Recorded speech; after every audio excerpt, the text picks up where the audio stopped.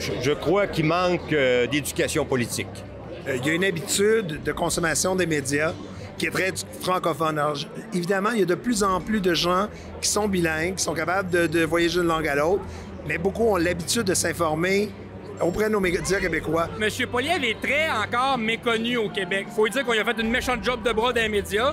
On peut pas parler de M. Poilievre sans sortir les épouvantails de l'avortement, toutes sortes de choses qui sont réglées. Le chef du Bloc est d'accord avec Justin Trudeau sur tous les enjeux. Et M. Blanchette ne peut pas déclencher un référendum.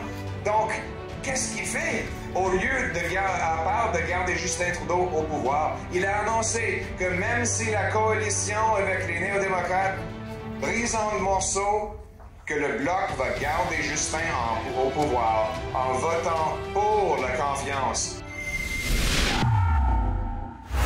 Alexandre Lavoie pour Rebelle News et je me trouve présentement à l'hôtel L'Ambassadeur à Québec où se déroule un rassemblement du Parti conservateur du Canada.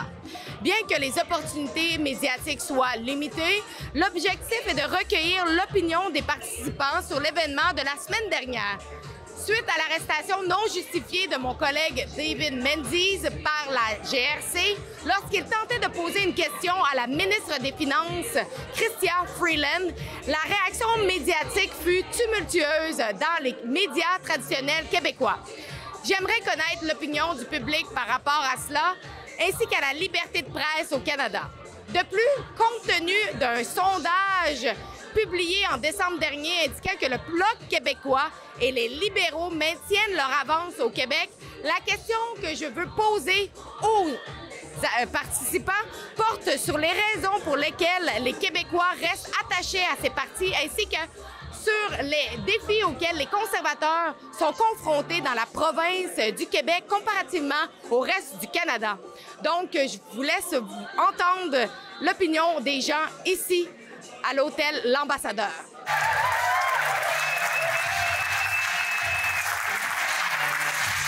Merci, le Québec!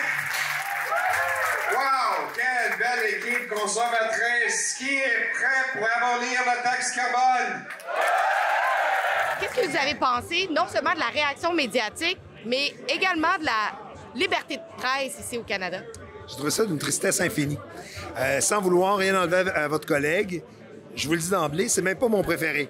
Alors, j'aurais dû être de ceux qui auraient chanté la chorale, de dire qu'il était épouvantable, tout ça.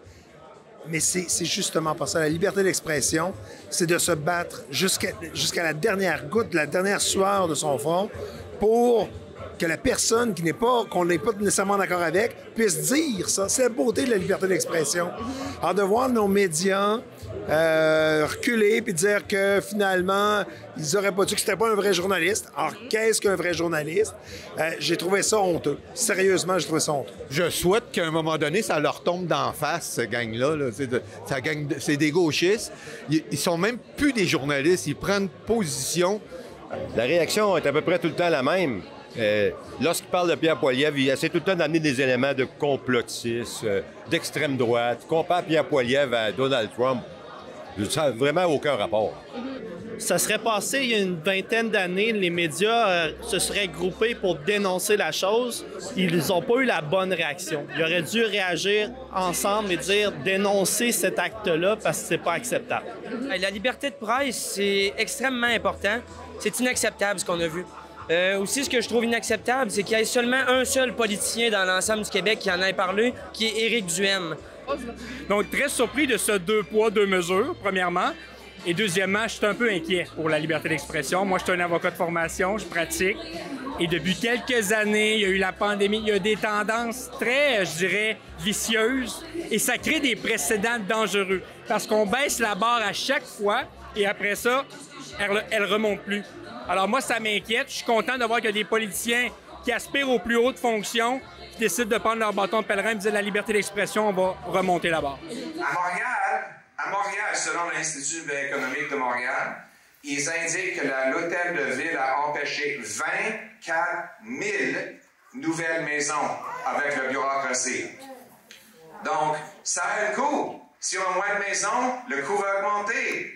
Moi, qu'est-ce que le fédéral fait? On envoie des grands chèques de 500 milliards de dollars pour appuyer la bureaucratie locale. Moi, je vais convertir cet argent-là dans une incitation pour inciter les municipalités d'accélérer les permis de construction.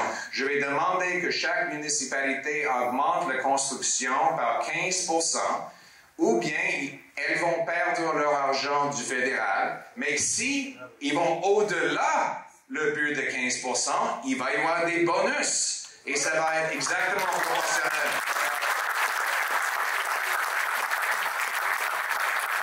Dans les sondages, on voit que le Bloc québécois est en tête et les libéraux également. Donc, qu'est-ce qui fait que les Québécois ne suivent pas la même tendance que le reste du Canada? Ça, c'est un problème, je pense. Vieille tendance politique. Les gens sont restés avec des vieilles mentalités. Moi, je dis à tous les gens que je rencontre du Bloc, t'es un conservateur, toi, parce que tu veux conserver ta langue, tu veux conserver tes valeurs, tu veux conserver toutes tes coutumes. Donc, on est des conservateurs, mais tu te caches sur une fausse identité. Je crois qu'il manque d'éducation politique. Je vais résumer ça seulement avec ça, si vous permettez. D'accord? Les sentiments, les émotions, je sais pas c'est quoi, là. Et ils ont peur de la gauche. Ils associent Pierre Poilievre à Donald Trump. Il y a tous les trucs sont bons pour... mais moi, je vis au Québec, mais je suis comme dans ma tête, je suis un Albertain. Là, tu comprends. C'est quoi, t'as pas compris? C'est quoi, tu comprends pas? Mais là, je pense que là, avec ce qui se passe à soir, tranquillement, pas vite, on va rentrer... Les personnes âgées, quand on parle de personnes âgées, je parle de ma mère, mes grands-parents, mes mon-oncle. Les autres, quand on leur parle de ça, c'est des vieux modèles. Puis ils sont encore accrochés, puis le Bloc québécois, là, on s'entend au fédéral, ça passera jamais, là. Il y a une habitude de consommation des médias qui est très francophone. Alors, évidemment, il y a de plus en plus de gens qui sont bilingues, qui sont capables de voyager d'une langue à l'autre, mais beaucoup ont l'habitude de s'informer auprès de nos médias québécois. Et nos médias québécois sont essentiellement soit derrière le Bloc ou derrière des libéraux pour des raisons qu'on pourrait imaginer. Alors, probablement que c'est une des raisons qui alimente cette tendance-là. Mais à Québec, dans la grande région de Québec, peut-être que la raison pourquoi c'est un peu différent, c'est parce qu'on a aussi une certaine diversité de médias, entre autres à la radio. La fameuse, ce qu'ils disent, radio poubelle, qui est juste la radio, dans le fond, d'opinions différentes. C'est peut-être ça qui fait que, justement, il y a une pluralité d'opinions. Et on en revient à la liberté d'expression, encore une fois. C'est tellement important, puis ça manque au Québec. Le Bloc, personnellement, c'est pas soulevé pour nous, là. Ça serait le temps que les Québécois changent leur fusil d'épaule, si on peut dire. Présentement, au Québec, on a Éric Duhaime. Il propose de suspendre la taxe sur l'essence. Ils sont où, les autres? Les autres provinces le font. Des provinces du NPD le font. Je sais pas ce que ça va prendre aux Québécois. Peut-être qu'on n'a pas encore cogné le mur assez fort. Il faut que les Québécois comprennent que c'est pas avantageux de voter pour le Parti québécois. C'est pas avantageux de voter pour le Bloc québécois. Il faut qu'ils découvrent ce qu'il y a derrière. C'est pas tout beau. M. Poilievre est très encore méconnu au Québec. Faut dire qu'on a fait une méchante job de bras dans les médias. On peut pas parler de M. Poilievre sans sortir les épouvantails de l'avortement, toutes sortes de choses qui sont réglées.